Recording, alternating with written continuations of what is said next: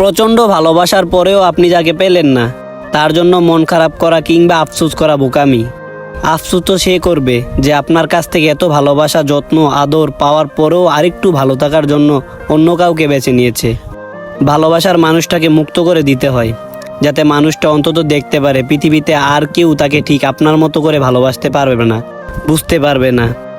আর যখন সেই মানুষটা পুরো পৃথিবী ঘুরেও আপনার মতো কাউকে পাবে না, ঠিক তখন চরমভাবে আফসোস করবে, নিজেকে সান্ত্বনা দেওয়ার ভাষা হারিয়ে ফেলবে। আপনাকে কষ্ট দিয়ে অন্য কোথাও সুখ সে কোনোদিনও পাবে না, এটা নিশ্চিত থাকুন।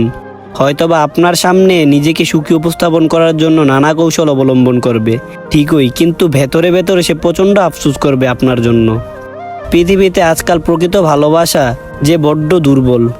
যে মানুষ সামান্য একটু সুখের লোভে কারো ভালোবাসাকে অবজ্ঞা করে, সে মানুষ আর কোনোদিনও ভালোবাসা পায় না।